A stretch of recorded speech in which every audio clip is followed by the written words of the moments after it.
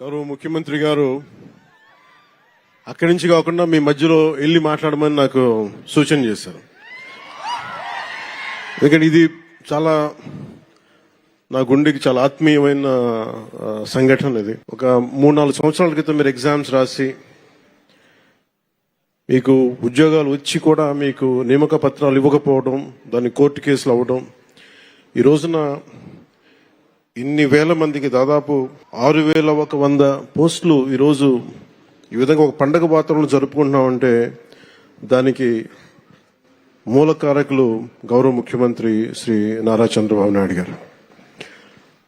నేను మనస్ఫూర్తిగా వారికి కూటమి ప్రభుత్వం రావాలి అని ఎందుకు ఇంత తపన పడ్డాను అంటే, మీ బంగారు భవిష్యత్తు పాడవకూడదు.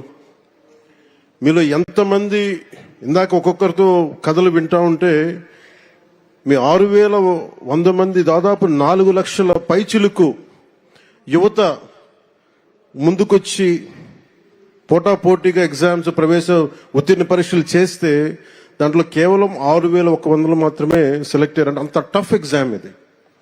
ఒక్కొక్కరు post graduation, BSc chemistry, MSc, MA, BSc computer science ఇవన్నీ చదువుకుని ఇంత చదువుకున్న వ్యక్తులు ఒక సమాజానికి రక్షణ ఇచ్చే ఒక కానిస్టేబుల్ ఉద్యోగానికి వచ్చినందుకు మీ అందరికీ పేరు పేరున హృదయపూర్వక ధన్యవాదాలు తెలుపుకుంటా ఉన్నాను. ఇది నాకు ప్రత్యేకించి మొన్న ఈ మధ్యన గౌరవ ముఖ్యమంత్రి గారి సూచనలతోటి ఆయన అసెంబ్లీలో మేము ప్రమాణ స్వీకారం చేసిన తర్వాత మొట్టమొదటి అసెంబ్లీలో మేము ఒక మాట ఇచ్చాం. ఆంధ్రప్రదేశ్ సుస్థిరత కోసం, యువత భవిష్యత్తు కోసం మేము నిలబడతామని. ఎక్కడా కూడా వ్యవస్థీకృతం అయిపోయింది అవినీతి అనేది. అలాంటి వ్యవస్థీకృతమైపోయిన అవినీతిని మేము చిత్తశుద్ధిగా దాన్ని లేకుండా చేస్తాం, ఒక ప్రయత్నం చేస్తా ఉన్నాం. దాంట్లో భాగంగానే ముఖ్యమంత్రి గారి దృష్టికి తీసుకెళ్లి పంచాయతీరాజ్లో దాదాపు 10,000 మంది పైచిలుక్కి ఒకేసారి మేము ప్రమోషన్స్ ఇవ్వడం జరిగింది. ఇది ముఖ్యమంత్రి గారి దార్శనికతకి, వారు పంచాయతీరాజ్ వ్యవస్థలో ఎలాంటి అవినీతి లేకుండా ముందుకు తీసుకెళ్లిన వారి సలహాలు, సూచనలే నేను 10,000 మందికి మేము ఒకేసారి ప్రమోషన్లు ఇవ్వడం జరిగింది.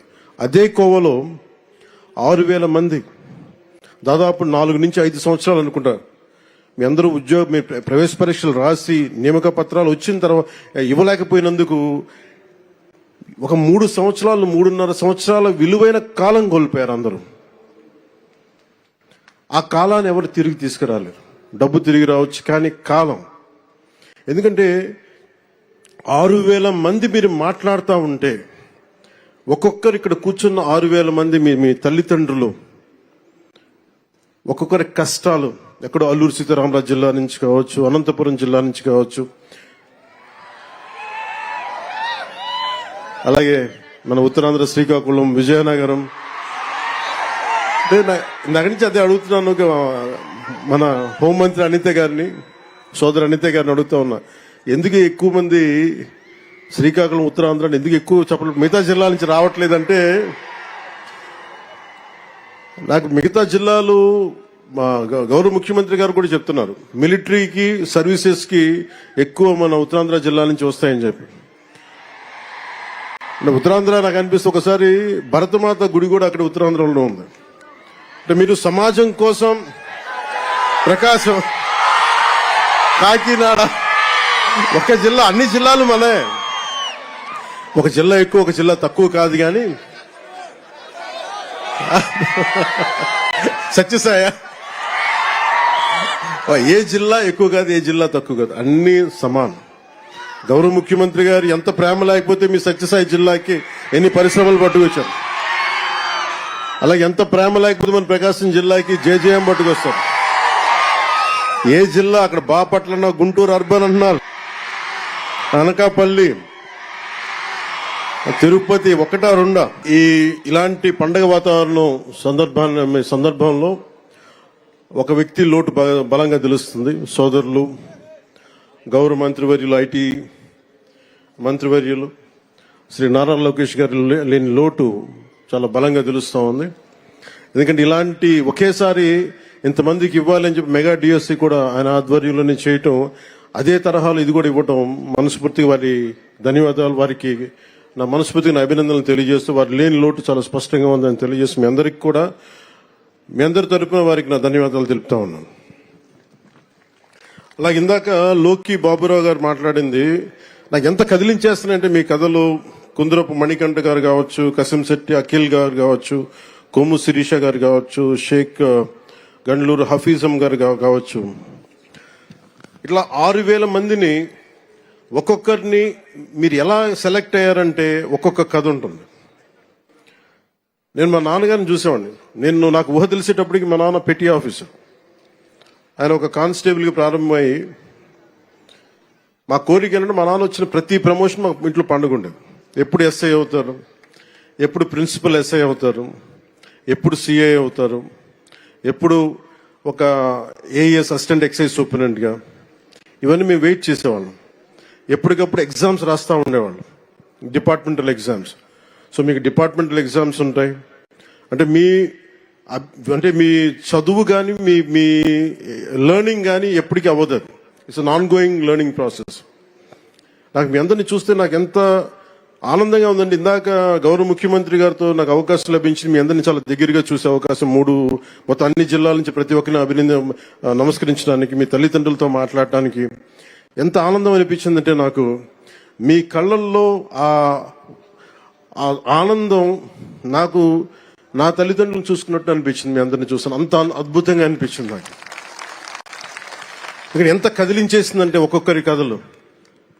అలాగే గౌరవ ముఖ్యమంత్రి గారు నాకు ఆదేశం ఇచ్చారు ఇందాక, లాకే బాబురావు గారి ఇంటికి, మన గ్రామానికి రోడ్లు లేవు, మీరు ఖచ్చితంగా దాన్ని చేయాలంటే గౌరవ ముఖ్యమంత్రి గారికి నేను ఈరోజు సభాముఖంగా మాటిస్తున్నాను. వెంటనే దానికి రోడ్లు వాళ్ళకి వేసే కార్యక్రమాన్ని శాఖకు నేను తెలియజేస్తాను. అంటే నాకు ఏమి నచ్చింది ఇంట్లో అంటే, మీరు కాకి చొక్కా వేసుకుంటే అది మీ గుండె ధైర్యానికి సూచన. అందరూ భయపడతారు ఇలాంటి బాధ్యతతో కూడిన ఉద్యోగాలు చేయాలంటే, కానీ మీరు ఎదురొచ్చి సమాజం కోసం మీరు చేస్తున్నారు సేవ, సమాజం కోసం మీరు సేవ చేస్తున్నారు. దాదాపు ఇన్ని కోట్ల మంది జనానికి మీరు ధైర్యం ఇస్తున్నారు. అలాగే నేను మేడం అనిత గారికి కూడా చెప్తా ఉన్నాను, మీకు విధి నిర్వహణలో మీ మీద చిన్నపాటి కించపరిచిన మీ ఉన్నతాధికారులు మీకు అండగా ఉండాలని మనస్ఫూర్తిగా నేను కోరుకుంటున్నాను. ఎందుకంటే ఒక కానిస్టేబుల్ అనే ఒక పదం మీద ఎవరన్నా సరే గొంతు ఎత్తుదామంటే, ఈరోజు మీ అందరి కథలు ఏమి అర్థమైనాయి అంటే, 5 కోట్ల మంది ప్రజలకి, దేశ ప్రజలకి ఒక ఉద్యోగం కోసం మేము ఎంత తపన పడతాం, ఎంత కష్టపడతాం. కేవలం 2 ఆడపిల్లల్ని పెట్టుకొని ఒక వెనకబడ్డ కులాల నుంచి వచ్చిన ఎంత కష్టపడతాం, ఇది ప్రజలకి తెలియచేయడం చాలా చాలా చాలా అవసరం.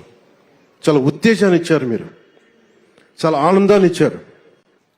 2022లో కానిస్టేబుల్ ఉద్యోగాలు భర్తీ చేస్తూ ఉంటూ ఆర్భాటంగా నోటిఫికేషన్ ఇచ్చారు. కేసుల రూపంలో న్యాయపరమైన చిక్కులు ఎదురైతే పట్టించుకోకుండా వదిలేశారు. ఉద్యోగ నియామకాలకు ఉన్న అడ్డంకులను తొలగించడం ఎలా అని కనీస ఆలోచన కూడా చేయలేదు. అర్హత ఉన్న మీరెంత కష్టపడి ఇంట్లో ఇన్ని కన్నీళ్లు కష్టాల మధ్య మీరు కష్టపడి వచ్చిన తర్వాత కూడా అర్హత ఉన్న ఉద్యోగాల కోసం మీరంతా ఏళ్ల తరబడి వేచి చూసేలా చేశారు. మీరు కోల్పోయిన 3 ఏళ్ల కాలం మేము తిరిగి ఇవ్వలేం, కానీ గౌరవ ముఖ్యమంత్రి గారు మీకు భరోసా ఇచ్చారు. ఈ రోజున కార్యక్రమం గౌరవ హోంమంత్రి గారి అనిత గారి ఆధ్వర్యంలో మేము ఉన్నాం.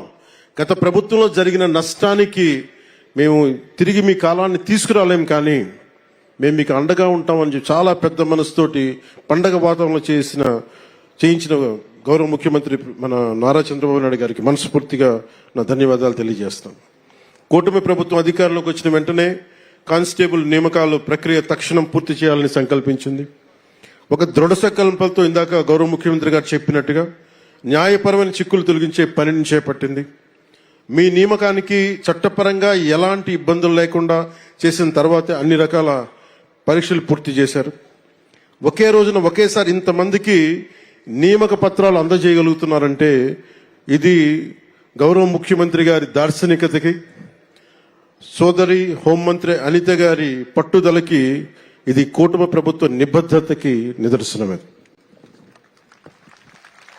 6,100 పోస్టులకి నోటిఫికేషన్ ఇస్తే 6,014 మంది ఎంపిక కాగా 5,757 మంది ఫిట్నెస్ పరీక్షలు దాటి శిక్షణకి అర్హత సాధించారు. అందులో 1,062 మంది మహిళలు కూడా ఉండడం చాలా చాలా ఆనందంగా ఉంది. సో ముఖ్యంగా మహిళా క్యాడెట్స్ అందరికీ కూడా నా ప్రత్యేక ధన్యవాదాలు. మీరు ఈరోజు ఎంత ధైర్యం ఇచ్చారంటే అసలు మీ అందరిని ప్రత్యేక సన్మానం చేయాలి. మీ అందరికీ, మీ ఇంట్లో మీ తల్లిదండ్రులకి, మన రాష్ట్ర ప్రజలకు ఎంత ఉత్సాహం ఇచ్చారంటే ఒక్కొక్కరు ఒక ఝాన్సీ రాణుల్లో ఉన్నారు. మీరు అందరూ మాట్లాడుతూ ఉన్నారు. ఈసారి కానిస్టేబుల్ పోస్టులకి ఎంపికైన వారిలో 4,051 మంది, సుమారు 67% మంది ఉన్నత విద్య అభ్యసించిన వారు ఉన్నారు. 810 మంది బీటెక్, ఎంటెక్, బీసీఏ వంటి సాంకేతిక కోర్సులు పూర్తి చేస్తే 2,094 మంది గ్రాడ్యుయేషన్ పూర్తి చేశారు. 314 మంది పీజీ, ప్రొఫెషనల్ కోర్సులు పూర్తి చేసి కానిస్టేబుల్గా ఎంపికయ్యారు. మీ చదువు సమాజానికి ఉపయోగపడాలి. మీ సాంకేతిక నైపుణ్యం సైబర్ నేరాలను అరికట్టడానికి ఉపయోగపడాలి. ఈ నెల 22వ తేదీ నుండి సుమారు 9 నెలల పాటు మీకు నేరాల నియంత్రణ, అంతర్గత భద్రత, cyber securities, state of art technology తదితర అంశాల్లో శిక్షణ ఇస్తారు. రాష్ట్రంలో ఈ మధ్యకాలంలో కొన్ని ప్రత్యేక తీవ్రవాద జాడలు బయటకు వస్తూ ఉన్నాయి. వాటి మీద కూడా మీరు ఒక దృష్టి పెట్టాలి. గత ప్రభుత్వ హయాంలో క్రికెట్ బెట్టింగ్, గంజాయి, డ్రగ్స్ వాడకం గ్రామ స్థాయికి చేరిపోయింది. ఇది సైబర్ మోసాలు విపరీతం అయిపోయాయి. ఈ మోసాలకి అమాయకులు బలవుతూ స్టేషన్ల చుట్టూ తిరుగుతూ ఉన్నారు. ఇలాంటి సంఘటిత నేరాల నియంత్రణపై దృష్టి సారించాలి. కానిస్టేబుల్సే మన పోలీస్ శాఖకి మూల స్తంభాలు. మీరు లేకపోతే పోలీస్ శాఖ లేదు, మీరు లేకపోతే జీవం లేదు, మీరు లేకపోతే గుండె ధైర్యం లేదు. చాలా మంది ఉన్నతాధికారులు నాతో మాట్లాడుతూ, ముఖ్యంగా గ్రే హౌండ్స్ కానీ మీద యంగ్ కానిస్టేబుల్స్ చూసి చాలా మంది ఉన్నతాధికారులు కొన్ని సంవత్సరాలు నేను చెప్తా ఉంటారు, వాళ్ళని చూస్తే మా కష్టాలన్నీ మర్చిపోతాం, ఒకసారి వాళ్ళు మాకు ధైర్యం ఇస్తారని చెప్పి సందర్భాలు నేను చాలాసార్లు విన్నాను. సో కానిస్టేబుల్ ఉద్యోగం పోలీస్ శాఖకి మూల స్తంభం లాంటిది. సో నా తండ్రి కూడా కానిస్టేబుల్ గానే ఉద్యోగ జీవితాన్ని ప్రారంభించారు. పనిలో నిబద్ధతతో పాటు ఎదగాలన్న కాంక్ష ఆయనలో చాలా బలంగా ఉండేది. కానిస్టేబుల్ నుంచి ప్రమోషన్స్ తెచ్చుకొని ఒక పోలీస్ అధికారి, ఒక ఏఎస్ఐగా స్థాయికి వచ్చారు. ఆ కానిస్టేబుల్ ఉద్యోగంతోనే మా అందరికీ ఒక జీవితం ఇచ్చారు, మమ్మల్ని చదివించారు. విలువలతో నిండిన ఆయన ప్రస్థానం నుంచి మేము స్ఫూర్తి పొందాం. సో మనకి ఇంత ఇచ్చిన సమాజానికి మేమేం తిరిగి ఇవ్వాలన్న ఆలోచనే నా ప్రభావం ఉంది. వారి ప్రభావంతో ఈ రోజున మేము ఏదైనా నిలబడగలుగుతున్నాం, ప్రజలకు ఏదైనా చేయగలుగుతున్నానంటే మీరు గుర్తుపెట్టుకోండి, మీలాగే మా నాన్నగారు కూడా ఒక కానిస్టేబుల్ నుంచి జీవితాన్ని ప్రారంభించి ఆయన స్ఫూర్తే నాకు ఈరోజు మీ ముందుండే అవకాశాన్ని ఇచ్చింది. సో మీలో ఒకటిగానే నేను మాట్లాడుతున్నాను. మీరు ప్రజలకి అండగా ఉండండి, మీకు ప్రభుత్వం అండగా ఉంటుంది. పోలీసు ఉద్యోగం ఎంతో బాధ్యతతో కూడిన ఉద్యోగం. సమాజం పట్ల బాధ్యత, ప్రజలకి సేవ చేయాలన్న బలమైన కాంక్ష ఉన్నవారు మాత్రమే ఈ ఉద్యోగానికి వస్తారు. పోలీసు విధుల్లో క్రమశిక్షణ, నైతిక విలువలు, ప్రజల పట్ల సేవాభావం ముఖ్యం. ప్రజలకు ఎలాంటి ఇబ్బందులు కలిగినా, వారి హక్కులకు భంగం వాటిల్లిన అన్యాయం జరిగిన మొదటి గుర్తొచ్చేది పోలీస్ శాఖ. ఇందాక అనిత గారు చెప్తా, ఒక కానిస్టేబుల్ ఒక కాకి డ్రెస్ కనిపిస్తే ఒక లేని ధైర్యం వస్తుంది ప్రజలకి. సో మీరు వేసుకున్న కాకి సమాజానికి రక్షణ కవచం లాంటిది. సో అందుకని మీరు మీ కాకి దాన్ని ఎక్కడా కూడా దాన్ని తగ్గించకండి. అందుకని దాన్ని దయచేసి దృష్టిలో పెట్టుకొని మీ కాకి ఈ సమాజానికి ఒక రక్షణ కవచం, దాని గౌరవాన్ని నిలబెట్టాలని మనస్ఫూర్తిగా నేను ఆకాంక్షిస్తున్నాను. మీ విధులు ఈ రోజున గౌరవ ముఖ్యమంత్రి గారు కోరుకున్న దాదాపు 15% ఆర్థిక అభివృద్ధి కావాలి అని మా అందరికీ చెప్తా ఉంటారు. వారు చెప్పేది కూడా శాంతి భద్రతలు బాగుంటేనే దేశాభివృద్ధి బాగుంటుంది, రాష్ట్రాభివృద్ధి బాగుంటుంది, రాష్ట్రం ఆర్థిక అభివృద్ధి చాలా బలంగా ఉంటుంది. ఈ మధ్యన గౌరవ ఉత్తరప్రదేశ్ ముఖ్యమంత్రి గారు కూడా సడన్ గా ఇన్ని లక్షల కోట్లు ఎందుకు పెట్టుబడిగా వచ్చినాయి ఉత్తరప్రదేశ్కి యోగి ఆదిత్యనాథ్ గారు మాట్లాడుతూ ఉంటే, శాంతి భద్రతలు మేము బలంగా చేస్తున్నామే కాబట్టి మా రాష్ట్రానికి పెట్టుబడులు వస్తున్నాయని. అదే మాకు గౌరవ ముఖ్యమంత్రి గారు కూడా బలంగా సూచనలు ఇస్తా ఉన్నారు. శాంతి భద్రతలను ముందుకు తీసుకెళ్లాలంటే మీరు ఇందాక చెప్పినట్టు మీరే స్తంభాలు, మూల స్తంభాలు. అందుకని రాష్ట్ర బడ్జెట్ కూడా, రాష్ట్ర ఆర్థికాభివృద్ధికి కూడా మీరే ఒకలాగా పిల్లర్స్ అవుతారు. ఎందుకంటే మీరు శాంతి భద్రతలను కనుక మీరు సరిగ్గా పర్యవేక్షించగలిగితే ఈ రాష్ట్ర అభివృద్ధిలో మీరు కూడా చాలా కీలకమైన భాగస్వాములు అవుతారు. నేను ఈ సందర్భంలో మీ దృష్టికి తీసుకొస్తా ఉన్నాను. అలాగే కొన్నిసార్లు పోలీస్ స్టేషన్కి వెళ్తే నాకు న్యాయం జరుగుద్ది అన్న ఒక ఆకాంక్ష అందరికీ ఉంటుంది. ఒకసారి అది కొన్ని సందర్భాల్లో కొంతమంది వ్యక్తులు వ్యక్తిగత ప్రవర్తన కొన్నిసార్లు చెడ్డ పేరు వస్తుంటాయి. దాన్ని దృష్టిలో పెట్టుకొని మీరు మంచి పేరు వచ్చేలా చేయాలని మనస్ఫూర్తిగా కోరుకున్న. అదే సమయంలో విధి నిర్వహణలో ఉన్న అధికారులకి ఎలాంటి ఇబ్బందులు ఎదురైనా ప్రత్యేకించి కూటమి ప్రభుత్వం, గౌరవ ముఖ్యమంత్రి నారా చంద్రబాబు నాయుడు గారి నాయకత్వంలో కూటమి ప్రభుత్వం మీకు అండగా నిలుస్తుంది. ఇటీవల ఒక గౌరవ మాజీ ముఖ్యమంత్రి గారు పోలీసు ఉన్నతాధికారులకు సైతం నేరుగా హెచ్చరికలు జారీ చేస్తా ఉన్నారు. మేము భవిష్యత్తులో వస్తాం, మేము చేస్తామంటే అంటే ఏ స్థాయికి వెళ్ళిపోయారో చూడండి. ప్రభుత్వ పోలీసు ఉన్నతాధికారులు కూడా బెదిరించే స్థాయికి వెళ్ళిపోయారు. ఇలాంటి మారాలి, ఉండాలి అంటే మేమందరం చాలా గట్టిగా ఉన్నాం. అదే స్థానంలో మీ మద్దతు సంపూర్ణంగా కోరుకుంటున్నాం. ఏ అధికారి కూడా, ఏ రాజకీయ నాయకుడు కూడా పోలీస్ అధికారులు కానీ ఒక పోలీస్ కానిస్టేబుల్ దగ్గర నుంచి ఉన్నత పోలీస్ అధికారి వరకు బెదిరిస్తే ఉపేక్షించదు నారా చంద్రబాబు నాయుడు గారి నాయకత్వంలోని కూటమి ప్రభుత్వం. చాలా చాలా బలంగా తీసుకుంటాం, దాన్ని బలహీనంగా తీసుకుంటాం మేము. అంటే ప్రతి స్టేట్మెంట్ చాలా it will be keenly observed.